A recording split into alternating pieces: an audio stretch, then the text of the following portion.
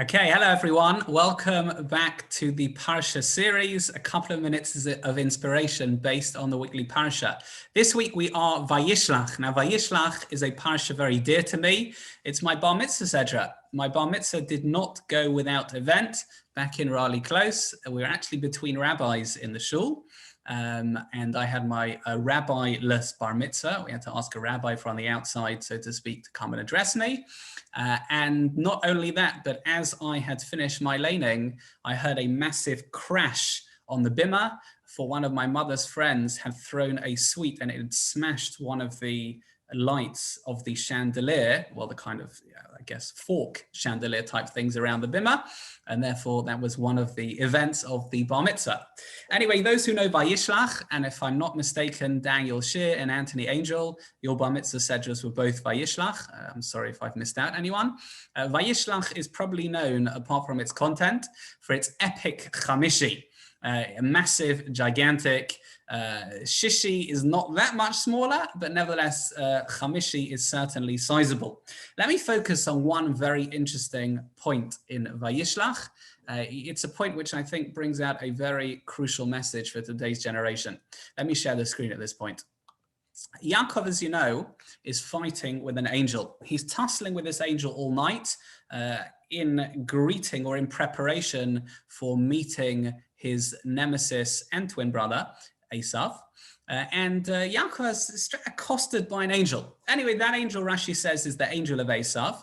But as they are wrestling at some point towards the morning, Yaakov has a very odd question, which he asked the angel. It says in Pasuk 30, it says, and Jacob asked, Vayomer, he says, Hagida na shemecha, tell me your name, tell me your name.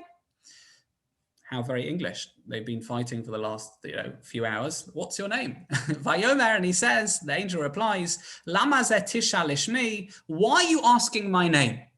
Very odd back and forth. Tell me your name, and why are you asking my name? Like, what on earth has that got to do with anything? So Rashi quotes the following, and you should know this is not the only time in Tanakh where this happens. Those who know your Navi will know that Eshes Manoach, who was eventually going to give birth. She was going to give birth to Shimshon. She had a similar back and forth with an angel back then. Anyway, either way. So why is it the or? Says Rashi, we have no permanent name. He's not referring to humans. This is what the angel told Yaakov. In other words, I cannot reveal my name because we don't have a permanent name. Our names change according to the service that we are commanded to do in the mission upon which we are sent. In other words, angels don't have fixed names because they're given different missions and their name changes with their mission. Okay, so what was Yaakov asking the name for? Goes like this. Yaakov knew he was fighting with the angel of Esav. He was tussling all night. This was his arch enemy in an angelic form. In which case he says, look, I've been fighting all night. I've survived so far. Let me get something out of you. Let me try and procure from you the secret of how we Jews can survive across generations. Because Esav and its various mercurial or proverbial forms are going to be coming against us in various generations. One in the guise of certain ideologies, another one in the guise of physical danger, another one in the guise of friendship perhaps, or levels of emancipation that may not be good for us depending on how rooted we are in our values. Esav is going to come at us at various different generations. And Yaakov says, what is the secret? Tell me your name. What is your identity? What can I do to tell my descendants to beware of or to arm themselves to give them tactics to ward off your various temptations? And the angel of Esav says quite correctly, I can't tell you my name. I can't tell you what my mission is because my mission will differ across different generations. In one generation, the battle might be about one thing. In another generation, the temptation, the seduction, the battle will be something else. And therefore, I can't equip you because you're going to need to know different things to fight off different enemies. The Chazon Ish once said it like this. He says, imagine if the Jewish people were facing a battle, a fight for their survival.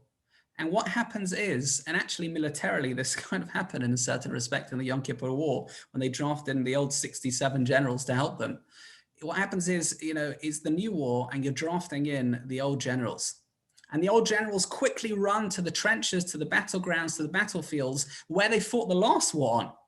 Of course, that's ridiculous. That's the last war. Now you're fighting a different war. The tides have changed. The territory has changed. Everything has changed. It's important to understand that. Often in shul and in communities, and if it's a safety procedure or it's we just do this naturally, we often hark back to certain successor, whether events, programs, times where things were good, and we like copy and paste them to the new generation. It doesn't work like that.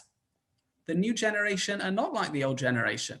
The school nowadays is not like school 20, 30 years ago, maybe not even like 5, 10 years ago. It needs freshness. It needs new things. Now, Jewishly, that doesn't mean changing the concepts, but it means changing the marketing. It means that what worked in terms of shul for people of a certain generation just doesn't work for the new generation. We need something refreshing. We need something new. We need something innovative.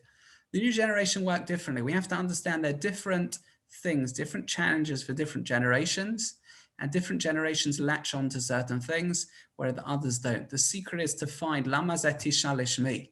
Why are you asking my name? My name changes. Let's realize that generations are different. Have a good Shabbat.